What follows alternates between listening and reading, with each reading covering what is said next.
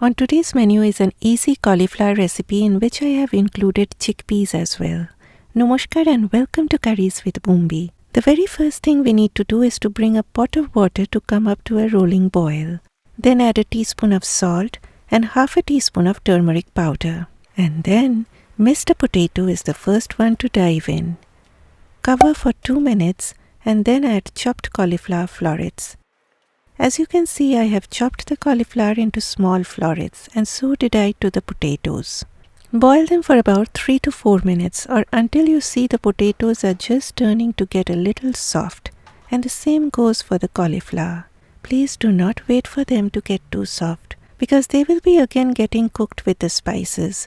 So if they get too soft now, you will be getting a mashed up disastrous end product. So as soon as you find them just starting to get little soft, take them out onto a colander.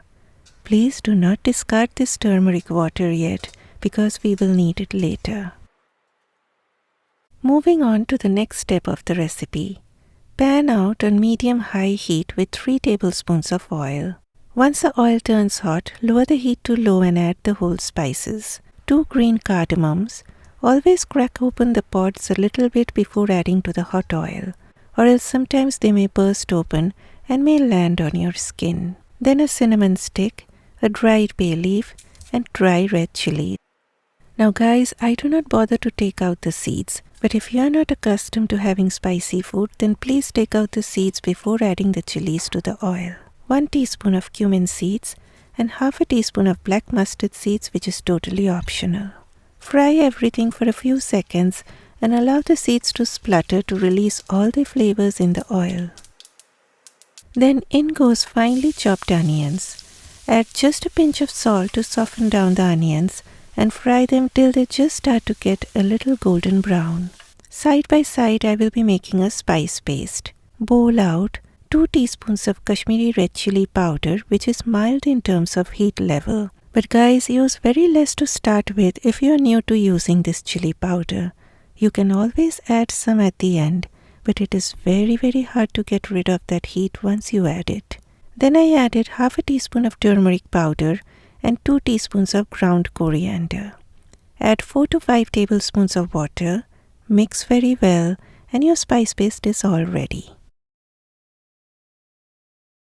Okay, back to the onions. You do not need to brown them up too much. When they reach this point, add 2 teaspoons of finely grated garlic and 2 teaspoons of finely grated ginger. Do not like garlic? No problem. You can leave it out happily and it will still taste very delicious. I promise. Fry the garlic and ginger on low heat for a few seconds.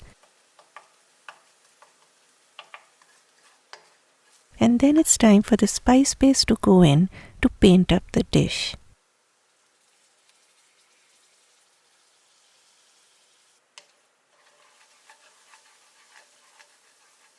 I added just a splash of water as the paste was looking a bit dry, and a little sprinkle of water will prevent the spices from getting burnt. Fry it for just a few seconds, and then the tomatoes go in along with a pinch of salt, which helps the tomatoes to break down fast, and about 4 tablespoons of water, which I use to rinse my spice bowl.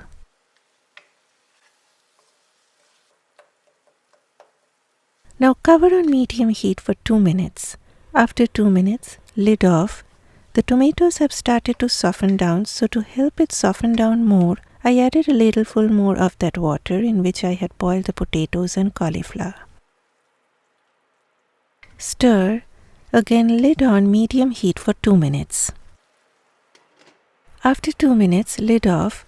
Again a ladleful of water. And lid back on for 3 to 4 minutes.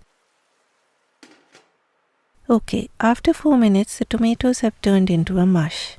At this point, add a can of cooked chickpeas. I always drain out the water from the can and give a quick rinse to the chickpeas under fresh tap water. Then the boiled cauliflower and potatoes go in. Add about 2 ladlefuls of that boiled vegetable water and stir so that everything gets draped with that beautiful tomato masala. Next, more of flavoring. a teaspoon of garam masala powder and salt to taste. Then about a teaspoon of dried fenugreek leaves, that is kasuri methi. Now guys, kasuri methi is optional and there is no substitute for it. So if you do not have it in your pantry, just proceed with the recipe without it. But if you are interested in Indian cooking, then please have it on hand because it gives a beautiful flavor to the curry and you will see me using it quite frequently. Okay, I again added about half a cup of that cauliflower turmeric water along with a whole green chili. Adding the chili whole like this won't make the curry too hot, but it will release a nice chili flavor. Once everything comes up to a boil, cover on medium heat for 8 minutes. But guys, please remember this time is just an estimate. It's impossible to tell an accurate time because your cauliflower and potatoes may get cooked earlier than 8 minutes or it may take a minute or two more. So please check in between to see what's happening in that pan. My vegetables looked perfect at the 8-minute mark. Do a taste test and I felt just a teaspoon of sugar will balance out everything. Sugar is again optional. And if you feel it is totally unnecessary, then please leave it out. Then I added about 1/4 of a cup of frozen green peas. I again added about a ladleful of that water, but here I would like to mention the consistency of the gravy. I would like to leave it in your hands. And finally, my love for coriander leaves continues. So here you go, a pot full of deliciousness that is so healthy. It has the carbohydrate from Mr. Potato, the vitamins from cauliflower and protein from the chickpeas along with the green peas and tomatoes. Please smash that like button for me and hope you will like this recipe. Bye bye.